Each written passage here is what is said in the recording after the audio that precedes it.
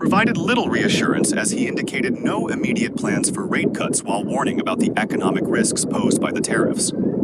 Investors are reacting to the uncertainty surrounding trade policies and their potential long-term impact on corporate earnings and global markets.